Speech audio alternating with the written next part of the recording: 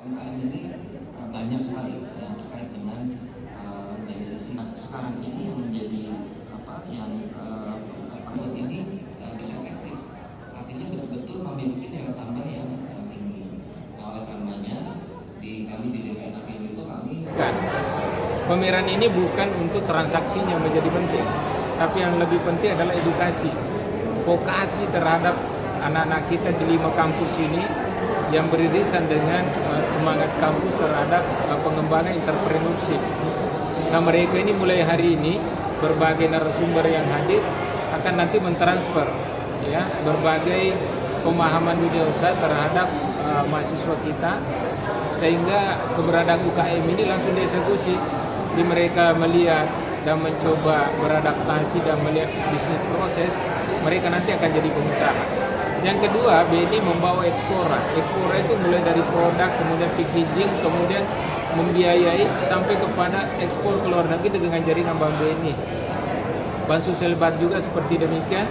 Kemudian Pemda Wajo ya turut serta, Pemda Goa, dan beberapa ada Astra, Telkomsel untuk memberikan edukasi IT terhadap penguatan ke depan. Semakin banyak kembali bangkit kembali UKM sebagai penopang ekonomi pada Nusantara.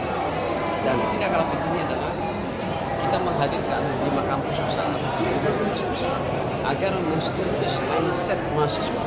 Ketika dia tidak lagi hanya mengejar jadi PNS, tetapi dia harus menjadi entrepreneur, dia harus menjadi pelaku UKM agar mereka makin banyak menjajarkan orang. Ini yang sangat penting. Ini menjadi sebuah penguatan daripada Raker, daripada Apindo tahun 2021 ini adalah motivasi semakin banyak, semakin banyak UKM bergerak.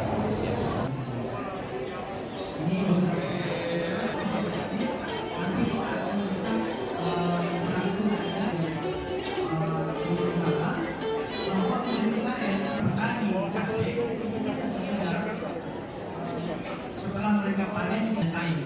Insya Allah nanti tahun depan akan kita realisasikan. Jadi UNM ini hadir bukan hanya sekedar ya ini bisa menampung produk-produk yang dihasilkan para pemain sosial. Ya mungkin diantara UMKM ini sudah punya